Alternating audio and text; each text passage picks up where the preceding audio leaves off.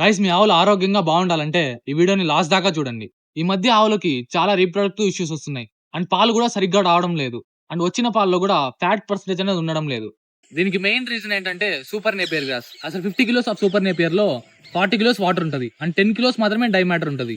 అందువల్ల just super Napier feed చేయడం వల్ల ఆవుకి కావాల్సిన పోషకాలు అందవు. అప్పుడు ఆవు ఏం చేస్తదంటే దాని బాడీ ఫ్యాట్ రిజర్వ్స్ ని వాడుకొని మిల్క్ ని ప్రొడ్యూస్ చేస్తుంది. దీనివల్ల ఆవుకి చాలా రకాల హెల్త్ ఇష్యూస్ వస్తాయి. దీనికి మనం ఏం చేయాలంటే సూపర్ నేపియర్ గ్రాస్ ని కోసిన 6 to 10 అవర్స్ తర్వాత ఆవుకి ఫీడ్ చేయాలి. దీనివల్ల దాంతో వాటర్ కంటెంట్ తగ్గి అండ్ ఆవు ఇంకా ఎక్కువ గడ్డి తిని ఎక్కువ పోషకాలను పొందుతుంది. నెక్స్ట్ అందరూ ఒక రూల్ ని ఫాలో అవ్వాలి. 60:30:10. ఇదేంటంటే మీ ఆవుకి తినిపించాల్సిన ఫీడ్ ప్రపోర్షన్ రేషియో. దీంట్లో 60% గడ్డి జాతికి చెందిన ఆహారాన్ని ఇవ్వాలి. ఎగ్జాంపుల్ కి super napier, maize, sorghum etcetera. Next 30% legume జాతికి చెందిన ఆహారాన్ని ఇవ్వాలి. ఎగ్జాంపుల్ కి లూసిన్, బర్సిమ్, హెడ్జ్ లూసిన్, కౌపీ ఎక్సెట్రా. ఇక చివరి 10% ఎండుగడ్డితో పాటు 50 గ్రాముల మినరల్ మిక్చర్ ని ఇవ్వండి. దీనివల్ల మీ ఆవుకి ప్రోటీన్, ఫైబర్, న్యూట్రియంట్స్ అన్ని కరెక్ట్ గా అందుతాయి.